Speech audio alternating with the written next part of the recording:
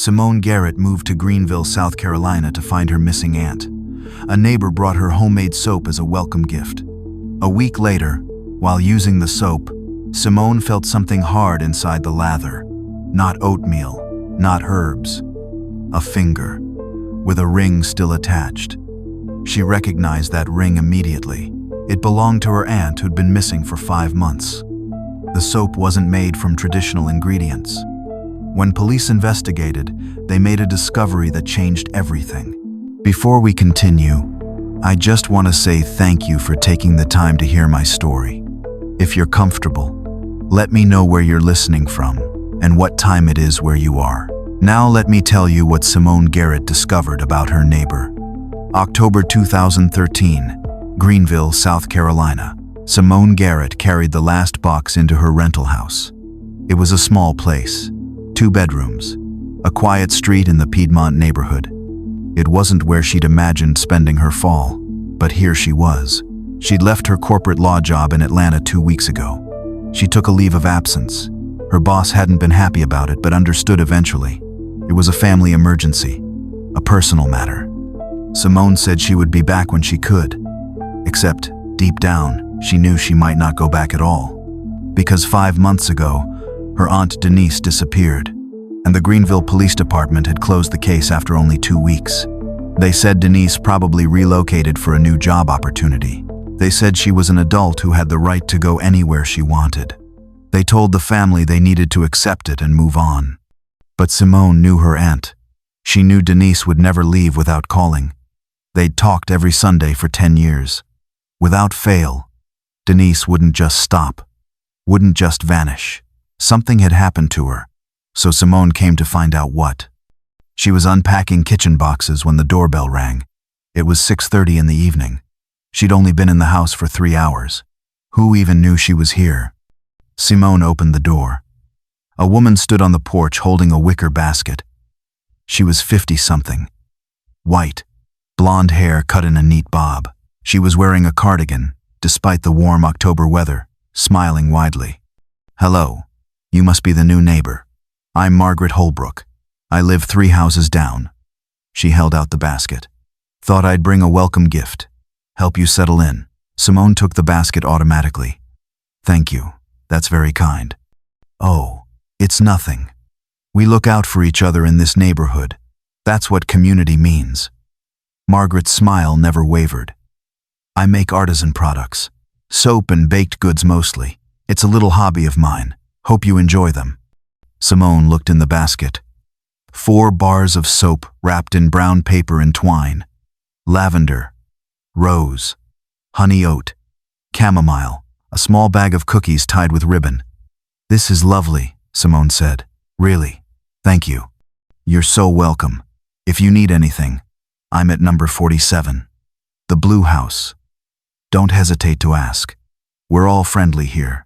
Church potlucks every month. Book club on Tuesdays. You'll fit right in." Margaret waved and headed back down the walkway. Simone watched her go. She noticed how she walked, purposeful, confident, like she owned the street. Inside, Simone examined the soap more closely. The wrapping was professional. Labels with ingredients listed. Margaret's artisan soaps, handcrafted with love.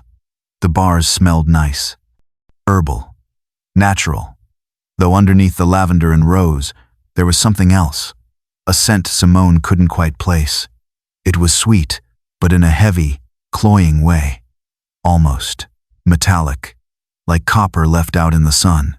She set the basket on the kitchen counter, unpacked more boxes, made herself dinner. She used the soap that night when she showered.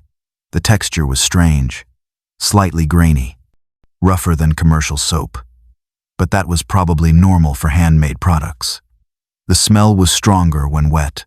That underlying scent became more noticeable. It clung to her skin. Simone shook her head, rinsed off.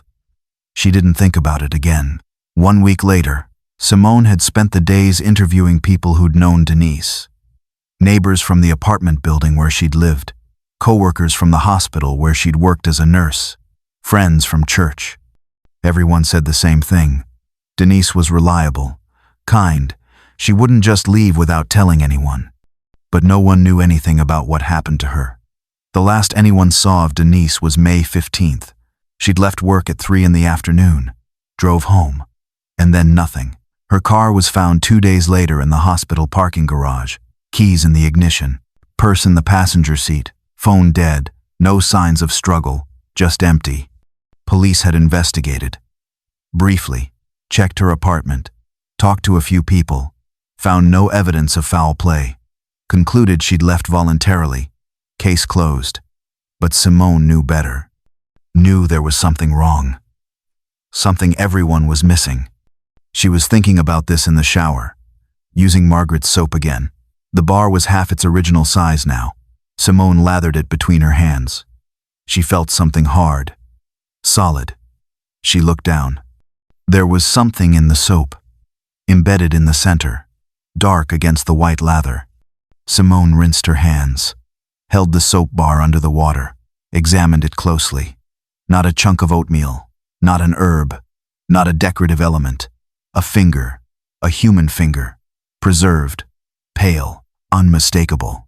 Her heart started pounding. She set the soap on the edge of the tub, grabbed a hand towel. Carefully, she broke the bar in half. Inside, embedded in the center, was something metal, gold, small. A ring. Simone's hands shook as she extracted it with the edge of the towel. It was attached to the tissue. The shape was unmistakable even though her mind didn't want to accept it. A finger, a woman's finger, with a ring still on it. The ring was simple, a gold band, a small diamond solitaire. The kind of ring passed down through generations. The kind of ring someone wore every day and never took off. The kind of ring Simone had seen thousands of times on her aunt's hand. She dropped everything, backed out of the shower, wrapped a towel around herself with shaking hands, went to her bedroom, found her phone, pulled up photos. There, from last Christmas, the whole family gathered at Simone's mother's house. Denise, smiling, holding up her wine glass, and on her left hand, clearly visible, that exact ring. The diamond solitaire their grandmother had given Denise on her 30th birthday, engraved inside with, "To Denise, love Mom, 1985. Simone knew because she'd gone with Denise 2 years ago to get it resized, had watched the jeweler check the inscription, had heard Denise say she'd never take it off, that she'd be buried wearing it someday. Simone looked at the ring in her hand, at the finger it was still attached to. Denise hadn't been buried, because Denise was in that soap. Margaret Holbrook had processed Denise, and given her to Simone as a welcome gift. Simone's stomach heaved. She ran to the bathroom, threw up, her whole body shaking, mind racing, trying to process what she'd just discovered. Margaret Holbrook ended Denise's life, did something unthinkable to her remains, and handed the evidence to Simone with a smile. Simone was a lawyer. She knew about evidence, knew about chain of custody, knew she needed to preserve everything exactly as it was. She grabbed her phone, photographed the soap bar, the ring, the finger, multiple angles, time-stamped, then carefully placed everything in a plastic bag, sealed it, labeled it with the date and time. Then she called 911. 911, what's your emergency? Simone's voice was surprisingly steady. I need police and a forensic examiner. I've found human remains, and I know who they belong to. Detective Travis Coleman arrived 30 minutes later with his partner, Detective Andrea Mills, both in their 40s. Travis was white, tall, with a skeptical expression. Andrea was black, shorter, with sharp eyes that took everything in. Simone met them at the door. Still in her robe, hair wet, she'd forced herself to stay calm, to think like a lawyer, to present the facts clearly. Miss Garrett? Travis asked. Yes, come in. I have everything preserved in the bathroom. She led them through the house, showed them the plastic bag with the soap bar, ring, and the human remains. Explained everything. How she'd moved here to investigate her aunt's disappearance. How Margaret Holbrook had brought soap as a welcome gift. How she'd used it for a week. How she'd found the finger and ring today. And you're certain this ring belonged to your aunt? Andrea asked gently. Positive. Simone showed them the photos on her phone. Denise wearing the ring. Close-ups, where you could see the setting clearly. That's my aunt Denise Garrett. She disappeared May 15th this year. I filed a missing person report with this department. The case was closed after 2 weeks. Detective Henderson concluded she relocated voluntarily. Travis and Andrea exchanged a look. I'll need to take this evidence for analysis, Andrea said. Do you have documentation about the soap's origin? Margaret Holbrook made it. Lives at 47 on this street. 3 houses down. The blue house. She brought it as a welcome gift last week. Said she makes artisan soap, gives it to neighbors. Travis was already on his radio, calling for forensics, for the medical examiner, for backup. Andrea bagged the evidence carefully. Miss Garrett, I know this is difficult, but I need you to walk me through everything one more time. Every detail about when you received the soap, when you used it, what you observed. Simone did. Lawyer training made her methodical, precise. She left nothing out. Described Margaret's visit, the basket, the wrapping, the smell she'd noticed, the texture, everything. Did Margaret seem nervous? Andrea asked. Suspicious? Out of the ordinary in any way? No. Simone's voice was hard. She seemed kind, generous, normal. She smiled at me and talked about community while handing me my aunt. An hour later, they all stood on Margaret Holbrook's front porch. Simone had insisted on coming. Andrea had argued, but Simone wouldn't back down. That's my aunt. I'm involved, and I'm a lawyer. I know my rights. I'm observing. Travis knocked on the door. Firmly, officially. Margaret opened it wearing an apron, flour on her hands. The smell of baking wafted out. Vanilla, cinnamon, homey. Comforting. Oh, officers. Is something wrong? Margaret's concern looked genuine. Did something happen in the neighborhood? Ma'am, I'm Detective Coleman. This is Detective Mills. We need to ask you some questions about the soap you make. My soap? Margaret looked confused. Glanced at Simone. Recognition flickered. Oh, hello, dear. Is there a problem with the soap I gave you? Allergic reaction? I'm so sorry if... May we come in? Andrea cut her off smoothly. Of course, of course. Margaret stepped back, led them into a pristine living room. Family photos on every surface, 3 children at various ages. Husband in work clothes, normal, suburban. Safe. Miss Holbrook, we need to examine your soap-making supplies and inventory, Travis said. Oh, well, certainly. But why? What's this about? We're investigating a matter, Andrea said. We need to test some of your soap, see what ingredients you use. Standard procedure. Margaret's confusion seemed genuine. I use natural ingredients, oils, lye, herbs, essential oils, all organic. I can show you everything. She led them to the garage, opened the door, revealed a professional setup. Tables, soap molds, dozens of bars curing on racks, jars of oils, containers of lye, bags of dried herbs. Everything labeled, organized, clean. I've been making soap for 10 years, Margaret explained. Sell at the farmer's market downtown. Donate to church fundraisers. Give to neighbors. It's my hobby, my way of contributing to the community. Andrea examined the setup carefully. Travis took photos. A forensic team arrived and started collecting samples. Margaret watched calmly, cooperatively, answering every question, showing them her recipes, her process, her ingredients. Simone watched from the doorway, watched Margaret's face, the calm, the lack of fear, the genuine confusion. Margaret was a good actress, or she truly believed what she was doing was acceptable, normal, right. That thought made Simone's skin crawl. Ma'am, we're going to need to take samples of all your soap, Andrea said, and we'll need you to come to the station to answer some more questions. Of course, whatever helps. Margaret smiled, untied her apron. Let me just tell my husband where I'm going. He'll worry if I'm not here when he gets home from work. She walked back into the house, made a phone call, explained calmly that police needed her help with something. told her husband she'd be home soon, kissed her children goodbye. Then she followed the police to their car. Voluntarily, calmly, like someone helping with a minor inconvenience, not someone about to be questioned about murder. Simone watched the car drive away, felt Andrea's hand on her shoulder. "We'll call you when we have results," Andrea said quietly. "This could take a few days. DNA testing isn't instant." "How long?" Simone asked. 48 to 72 hours minimum. I'll wait."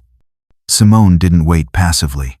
She went to the police station every day, called the forensics lab, called the medical examiner's office, used every legal contact she had, applied pressure, professional pressure, the kind that came from knowing exactly how the system worked and where to push. Dr. Isaiah Thomas, the forensic pathologist, took her calls. 55 years old, patient, thorough. He'd been doing this work for 30 years, seen everything. But his voice sounded shaken when he called Simone on the third day. "Miss Garrett, the results are back. You need to come to the station." Simone was there in 15 minutes. Andrea met her in the lobby, led her to a conference room.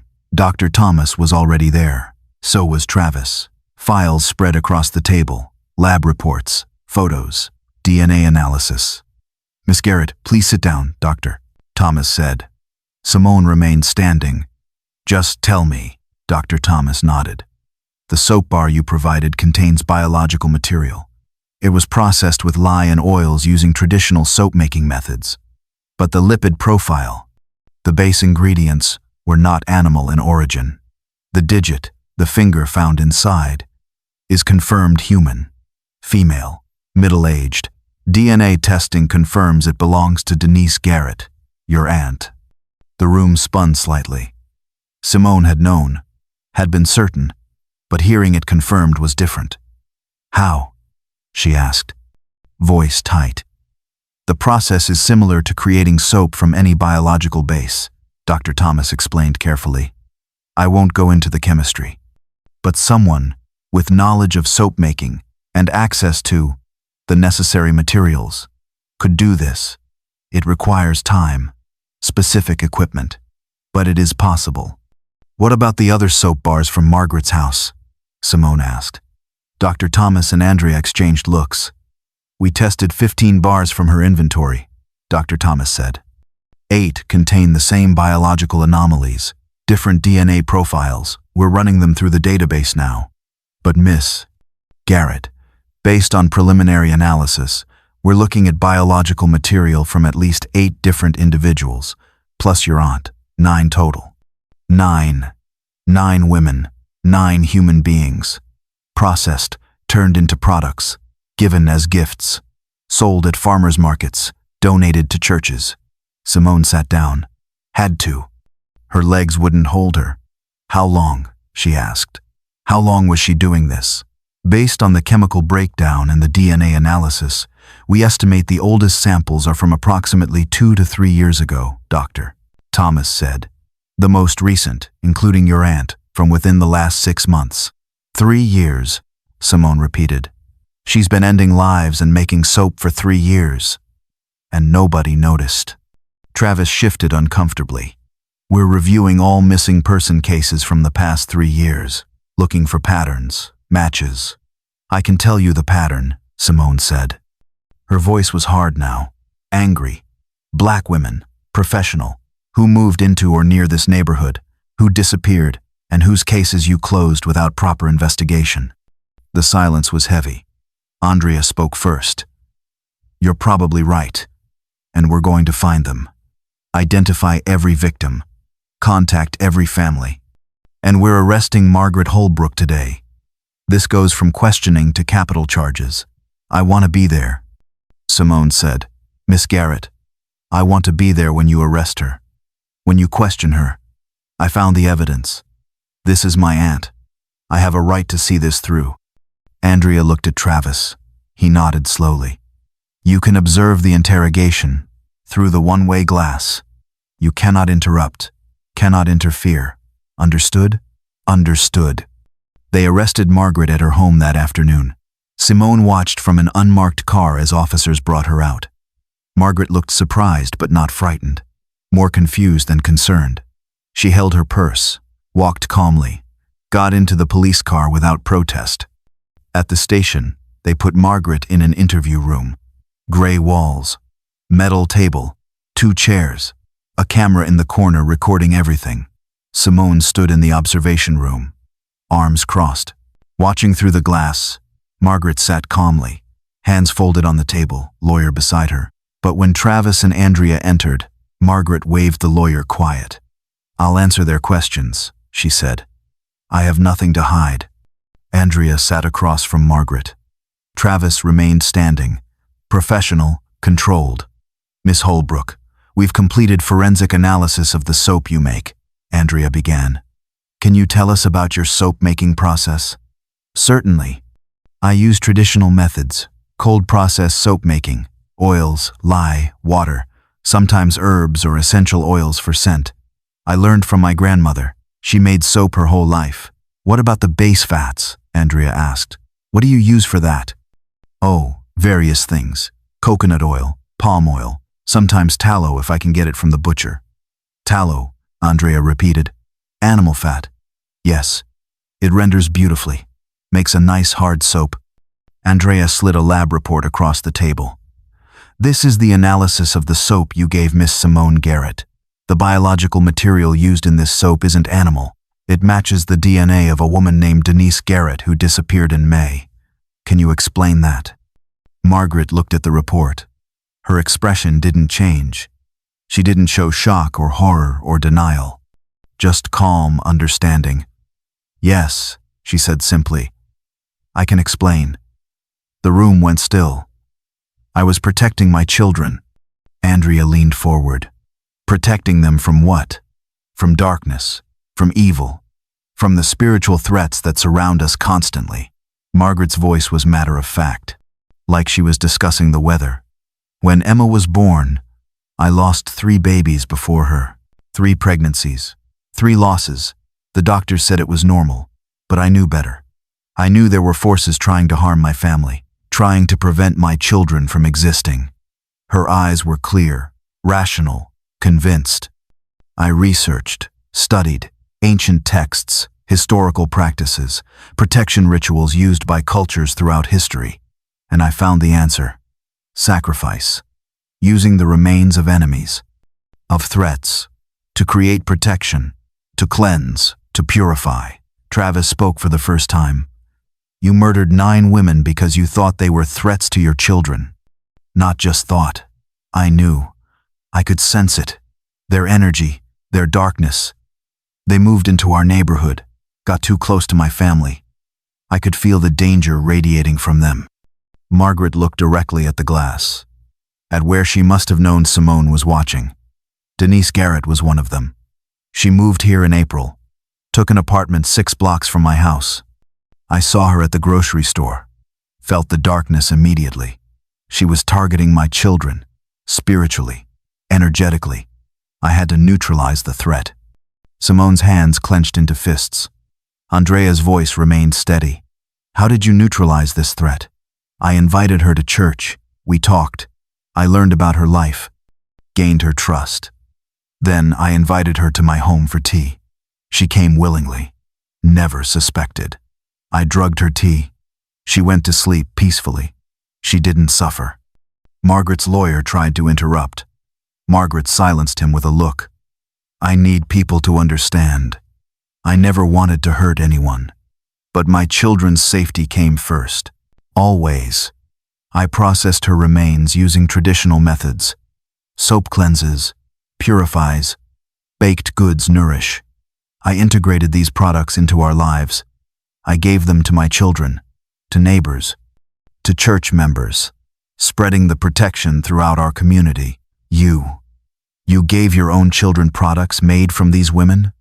Andrea's voice cracked slightly. "Yes, and look at the results.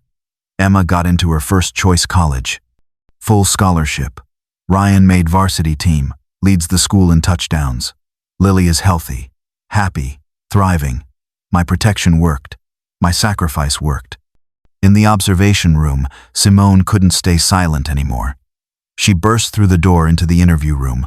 Travis moved to stop her, but Andrea held up a hand. Simone stood across the table from Margaret, shaking with rage. My Aunt Denise wasn't darkness. She was a nurse. She saved lives. She helped people. She was kind and generous and good. You murdered her. You forced her into your family's lives. You gave her to me as a welcome gift while I was searching for her. While my family was grieving, you looked me in the eye and smiled and handed me my aunt. Margaret looked at Simone with something like pity. You don't understand. You weren't chosen to understand. But your aunt served a purpose. Protected innocence. Her death wasn't meaningless. Simone lunged across the table. Travis and Andrea grabbed her, pulled her back, removed her from the room while Margaret watched calmly. Without fear, without remorse. Outside, Simone collapsed against the wall. Andrea held her. I know, Andrea said quietly. I know. But we have her confession. We have the evidence. She's never getting out. Never hurting anyone again. 9 women. Simone whispered. How many more did she kill that we don't know about? How many more are in products people used? Products that are gone now? Consumed? Andrea didn't answer, because there was no answer. No way to know. Over the next week, Dr. Isaiah Thomas worked around the clock analyzing every soap bar and baked good from Margaret's home.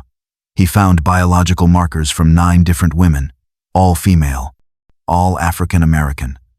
All disappeared from the Greenville area between March 2011 and May 2013. DNA database searches identified them one by one. Simone was present for each identification. Watched the computer screen as names appeared. Lives reduced to data points. To DNA profiles. To evidence. Rochelle Patterson, 35 years old. Disappeared March 2011. Elementary school teacher. Loved by students and parents. Filed missing person report by her mother. Case closed after 2 weeks. Police concluded she relocated for a teaching position in another state. Keisha Williams, 42 years old. Disappeared August 2011. Social worker. Helped families in crisis. Filed missing person report by her sister. Case closed after 10 days. Police concluded she left town to escape job stress. Aaliyah Foster, 29 years old, disappeared January 2012. Accountant. Dreamed of starting her own firm, filed missing person report by her partner. Case closed after 3 weeks. Police concluded she left to pursue opportunities elsewhere. One by one. 9 names, 9 lives, 9 families who'd been searching, who'd been told to give up, who'd been dismissed. Simone compiled every case file, reviewed every investigation, found the pattern. Same detective closed most cases. Detective Robert Henderson, now retired. Same assumptions in every file. Subject likely relocated. No evidence of foul play. Family should accept subject's choice to leave. Minimal investigation. 2 to 3 weeks maximum. Then closed. Filed away. Forgotten. Except the families never forgot. Never stopped searching. Never stopped hoping. Simone contacted them personally, one by one. She drove to Columbia to meet Rochelle's mother, Patricia Patterson, 72 years old. Still had her daughter's missing person poster on the wall. Still called the police department monthly even though no one called back anymore. I knew she didn't just leave, Patricia said, crying, holding Simone's hands. Rochelle loved teaching, loved her students. She'd just gotten tenure. Why would she leave? But police said I needed to accept it, said I was in denial, said I should move on. I'm so sorry, Simone said. Sorry for your loss. Sorry the system failed you. Sorry it took this long to find the truth. But you found it, Patricia said. You didn't give up. You kept pushing. You got answers. Thank you. Thank you for not letting them forget about our girls. Simone made the same drive to Charlotte, to Raleigh, to Charleston, meeting family after family, delivering news that was both devastating and the answer to years of prayers. Every family had the same story. Filed reports.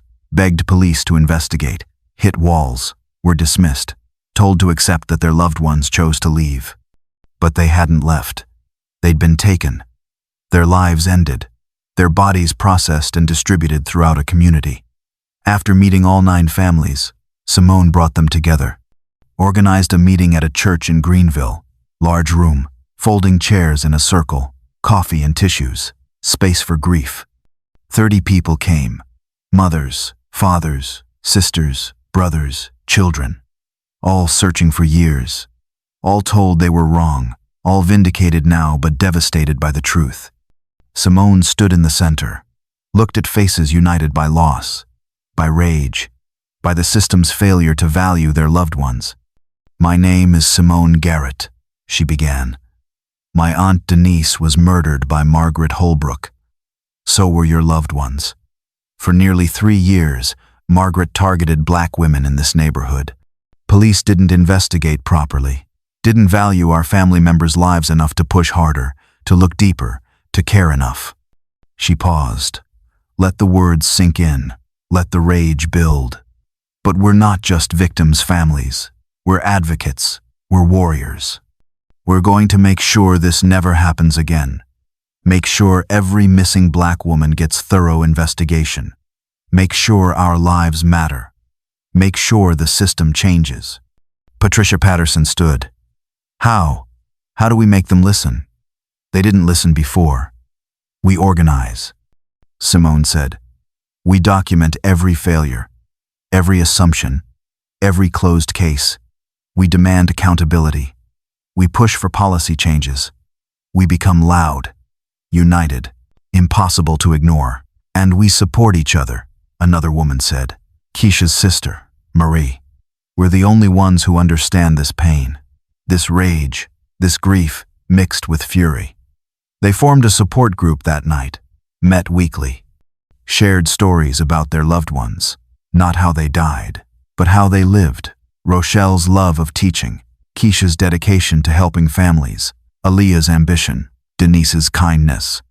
They were people, not victims, not cases, not statistics, people with lives, dreams, families who loved them, who never stopped searching, who never stopped fighting. Simone led the meetings, used her legal expertise to help families navigate the criminal justice system, to understand the trial process, to prepare victim impact statements, to fight for justice. And she compiled evidence of systemic failure. Every case file, every closed investigation, every assumption, every failure. Built a legal case, not just against Margaret, but against the department, against the system, against everyone who'd failed these women. Margaret Holbrook's trial began in December 2013. The courtroom was packed. Media, community members, families of all 9 victims sitting together in the front rows, united. Margaret pleaded not guilty by reason of insanity. Her defense argued she suffered from delusional disorder, truly believed she was protecting her children through ancient rituals, didn't understand her actions were wrong, lacked the capacity to form intent. The prosecution argued differently. Margaret planned, executed, hid evidence, distributed products to others to avoid suspicion, maintained her soap-making business as cover, operated for 3 years without detection. That required awareness, planning, understanding of right and wrong. Psychiatrists testified. Dr. Helen Morrison for the defense diagnosed Margaret with delusional disorder with persecutory and grandiose features. Explained Margaret truly believed victims threatened her children, truly believed using their remains provided protection, that her psychosis prevented her from understanding the wrongness of her actions. Dr. Robert Chen for the prosecution disagreed, argued that Margaret knew murder was illegal, knew she needed to hide bodies, knew she needed to cover her tracks. That demonstrated awareness of wrongdoing, understanding of societal rules, capacity for intent. Mental illness doesn't equal insanity, he testified. Miss Holbrook may have believed her delusions were real, but she understood that others wouldn't see it that way. She understood she needed to hide her actions. That's not insanity. That's knowing right from wrong and choosing wrong anyway. On the fifth day of trial, Simone was called to testify. She'd been dreading this, preparing for it, rehearsing with the prosecutor. But nothing prepared her for walking into that courtroom. Seeing Margaret sitting calmly at the defense table, making eye contact with the woman who'd murdered her aunt and handed her the remains as a gift. The prosecutor, District Attorney James Wilson, led her through the testimony, asked about moving to Greenville, about Margaret's welcome visit, about using the soap, about finding the finger and ring. Miss Garrett, when you found these items in the soap, what did you do? I preserved the evidence, photographed it, sealed it, called police immediately. Why did you preserve it so carefully? Because I'm a lawyer. I understand evidence. I understand chain of custody. And I knew this was proof. Proof that my aunt had been taken from us. Proof that the woman everyone thought was kind and generous was actually a killer. When Margaret Holbrook gave you that soap, did she seem concerned? Nervous? Guilty? No. Simone's voice was steady. She seemed kind, generous, normal. She smiled at me and talked about community while handing me evidence of her crime. How did that make you feel? Devastated, violated, enraged. Simone looked directly at Margaret. She killed my aunt, processed her body, made soap, wrapped it prettily, gave it to me with a smile while I was searching for Denise, while my family was grieving. She knew exactly what she was doing, and she looked me in the eye and welcomed me to the neighborhood. The defense attorney cross-examined, tried to establish that Simone was biased, too emotional, too close to the case. But Simone didn't break. Years of legal training steadied her. She answered every question calmly, factually, devastatingly. When she stepped down, she walked past Margaret's table. Margaret looked up, met her eyes, and smiled. That same kind, generous smile she'd given when handing over the basket. Simone kept walking, sat with the families, let them surround her, support her, all of them together, all of them united. Other families testified. Patricia Patterson spoke about searching for Rochelle, about being dismissed by police, about knowing her daughter wouldn't just leave, about the agony of not knowing, and then the horror of finally knowing. Marie Williams testified about Keisha, about her sister's dedication to helping others, about how she'd hired a private investigator with money she didn't have, about how the investigation stalled when funds ran out, about how she'd never stopped hoping, one by one, 9 families, 9 testimonies, 9 lives stolen, 9 families destroyed. The prosecutor rested. The defense presented their case, character witnesses for Margaret, neighbors who said she was kind, church members who said she was generous, her children's teachers who said she was devoted. She seemed like the perfect mother. One neighbor testified, always baking for school events, making gifts for people, volunteering. I never would have suspected. That was the horror of it. Margaret seemed normal, seemed kind, hid her crimes behind community involvement, behind generosity, behind motherhood. The jury deliberated for 3 days. Simone and the families waited together at the church where they held support group meetings, supporting each other, praying, hoping, fearing. When the call came, they all went to the courthouse together, filled the gallery, stood united. The jury filed in, faces serious. The judge asked for the verdict. On count 1, murder in the first degree of Rochelle Patterson. How do you find? Guilty. On count 2, murder in the first degree of Keisha Williams. How do you find? Guilty. 9 times. 9 guilty verdicts. The courtroom erupted, families crying, holding each other. Justice. Finally, justice. Margaret showed no reaction, sat calmly, like she was watching something that didn't concern her. The sentencing hearing was 2 weeks later. The judge asked if anyone wanted to speak. Simone stood. Your Honor, Margaret Holbrook didn't just kill 9 women. She violated them. She turned them into objects, into products, into gifts she gave to unknowing people. She integrated them into the lives of her children, into the lives of neighbors. To me, She operated for 3 years because police didn't investigate properly, because Black women's disappearances weren't prioritized, because our lives weren't valued enough to push harder.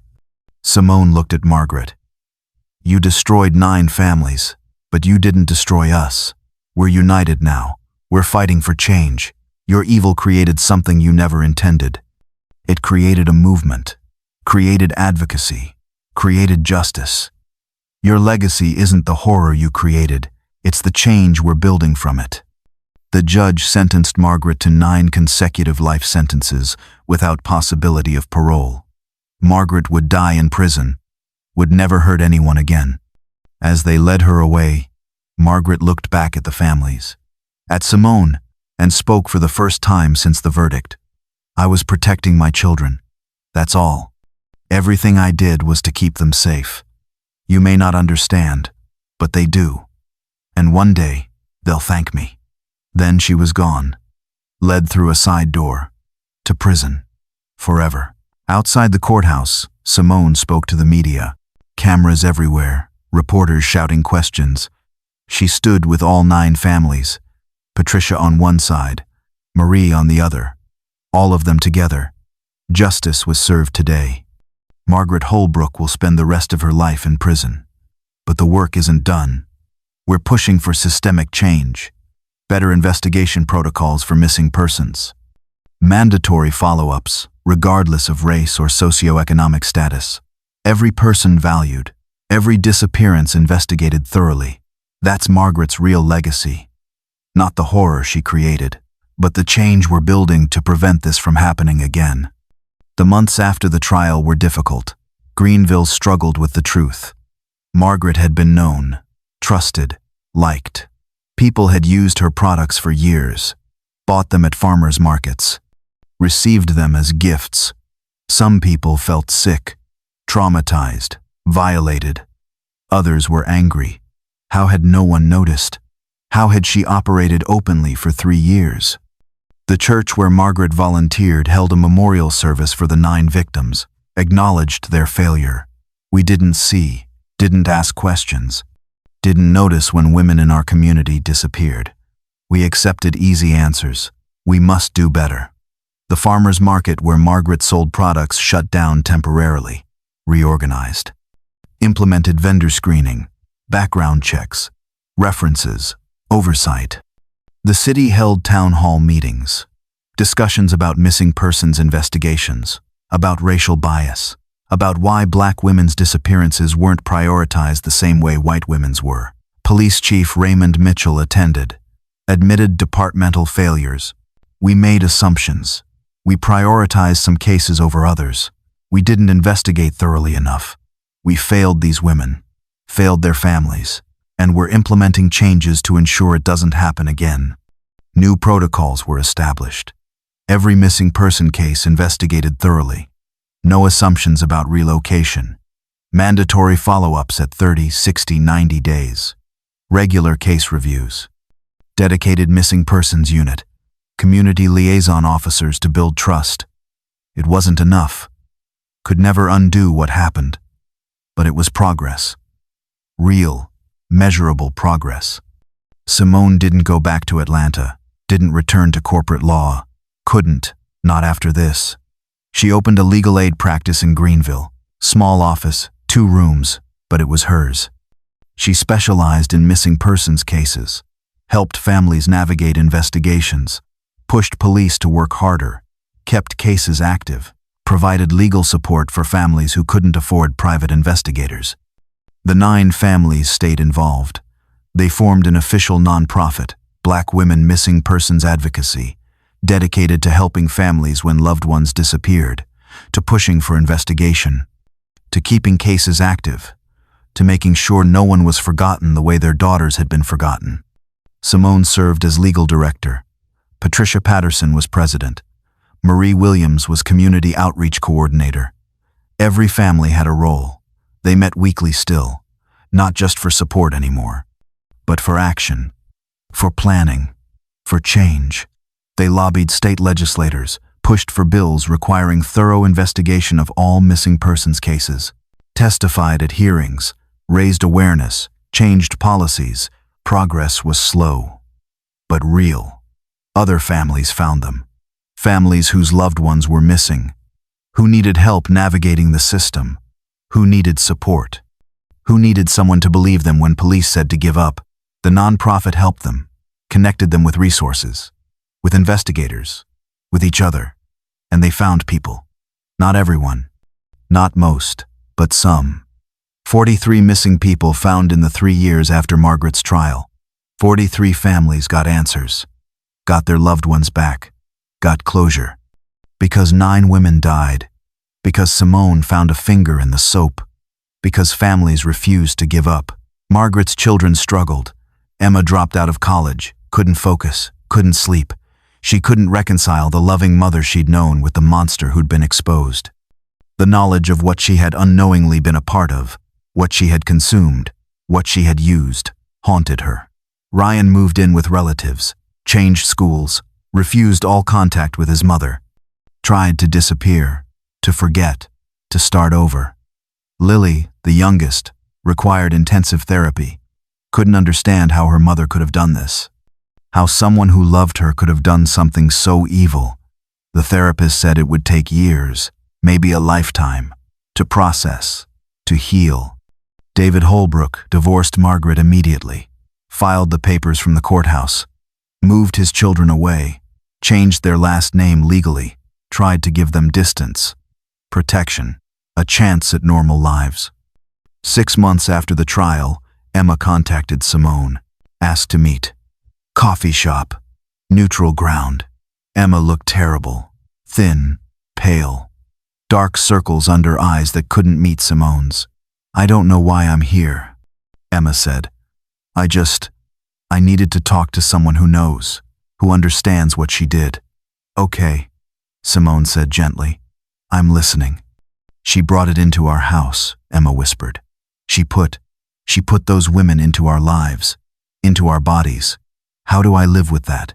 How do I ever feel clean again? I feel like I'm part of it, like I'm contaminated." Simone paused, chose her words carefully.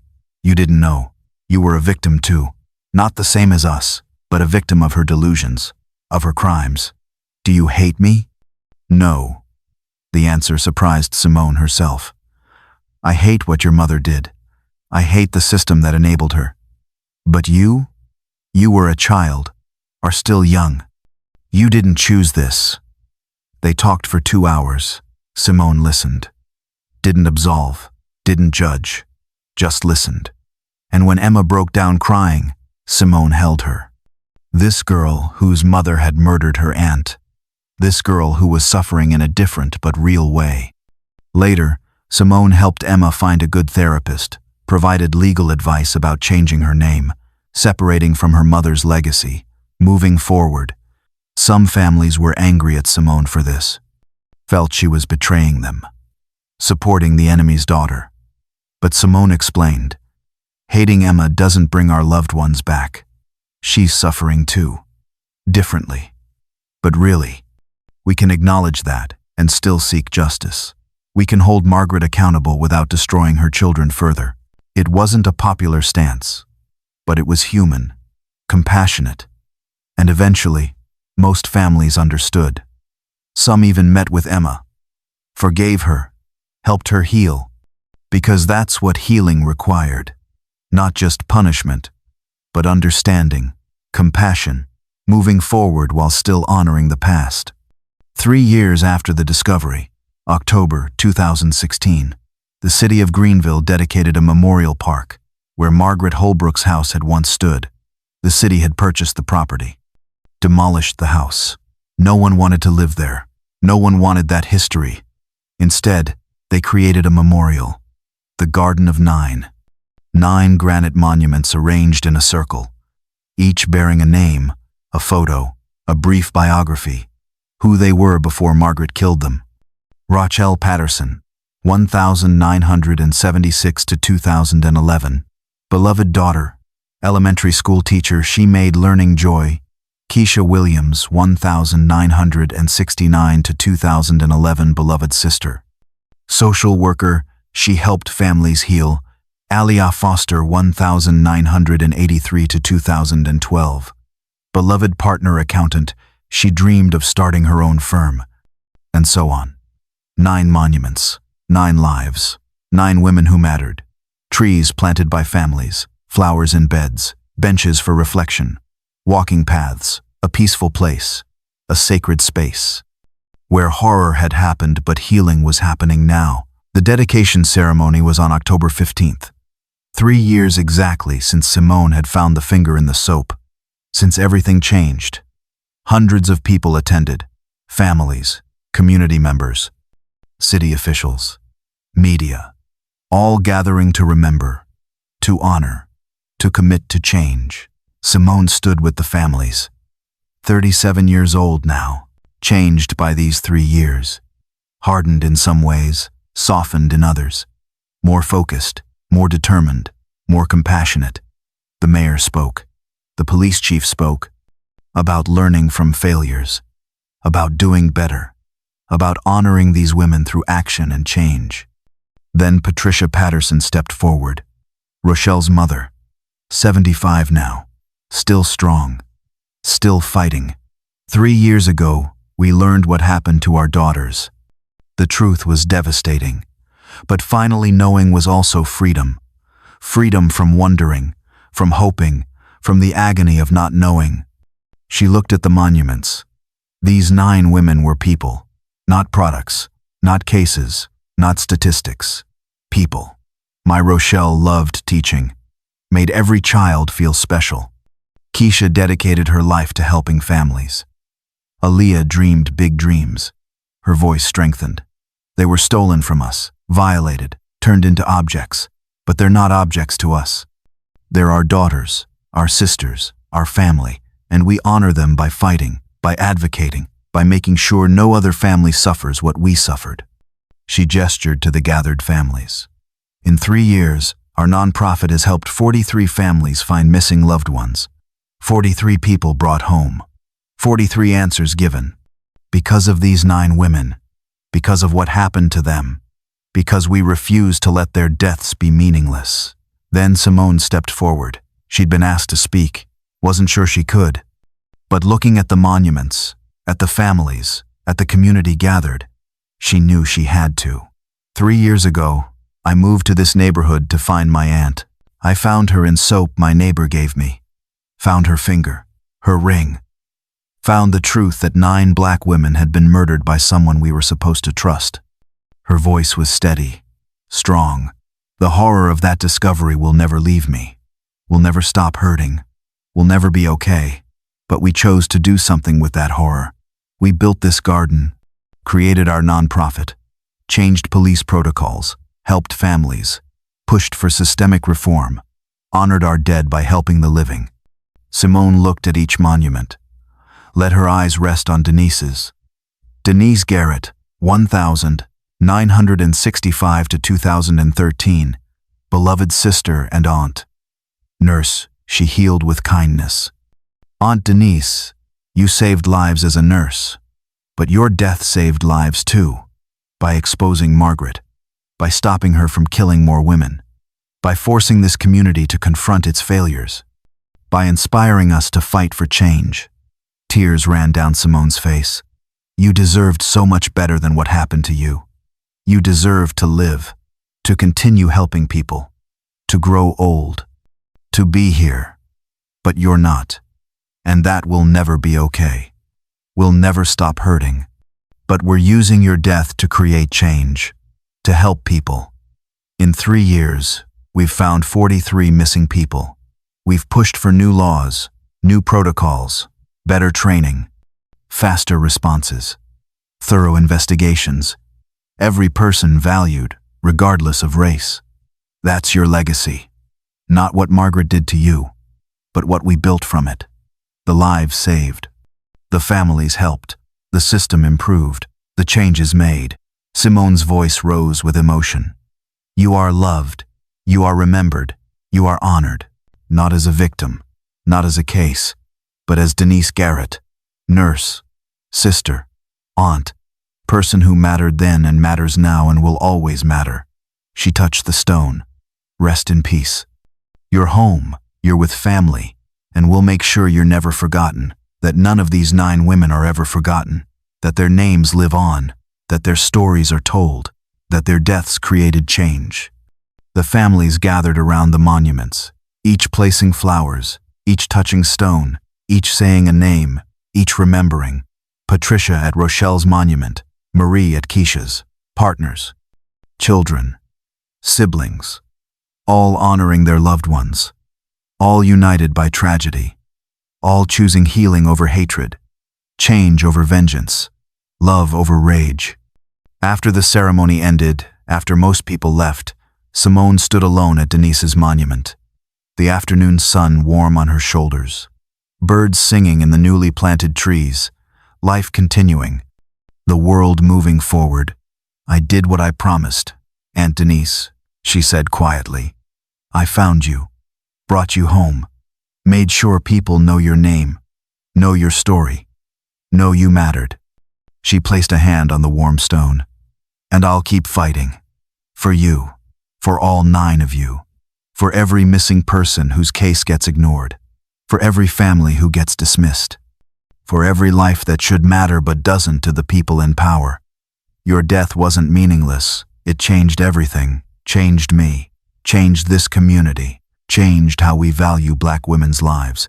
That's power Margaret never had. That's victory she never won. Simone straightened, wiped her eyes, looked at the garden around her. This sacred space, this memorial, this promise carved in stone that these 9 women would never be forgotten. I love you, Aunt Denise. Always will. And I'll make sure your legacy lives on. Through every person we help, every life we save, every change we make, you'll be there. In every victory, every success, every life brought home. She walked slowly through the garden, past all 9 monuments, reading each name, honoring each life, committing again to the work, to the fight, to making sure their deaths created lasting change. Patricia Patterson met her at the gate, took her hand. Thank you, Patricia said, for never giving up, for finding the truth, for leading us, for keeping us together, for making sure they matter. They always mattered, Simone said. We just had to make the world see it. They walked out together, 2 women bound by loss, by rage, by determination, by hope, surrounded by families doing the same, all of them survivors, all of them fighters, all of them committed to change. The Garden of 9 stood behind them, peaceful, sacred, a place where horror had happened, but healing was happening now, where 9 women were remembered, where 9 families found community, where justice lived on through memory and action and love. Margaret Holbrook was in prison, would die there, her crimes exposed, her name synonymous with evil. But these 9 women, their names were synonymous with love, with memory, with change, with the power of families who refused to give up, who refused to let their loved ones be forgotten, who transformed tragedy into advocacy, horror into hope. Rochelle, Keisha, Aaliyah, Tamika, Brianna, Jasmine, Imani, Zoe, Denise. 9 names, 9 lives, 9 women who mattered then and matter now and will always matter.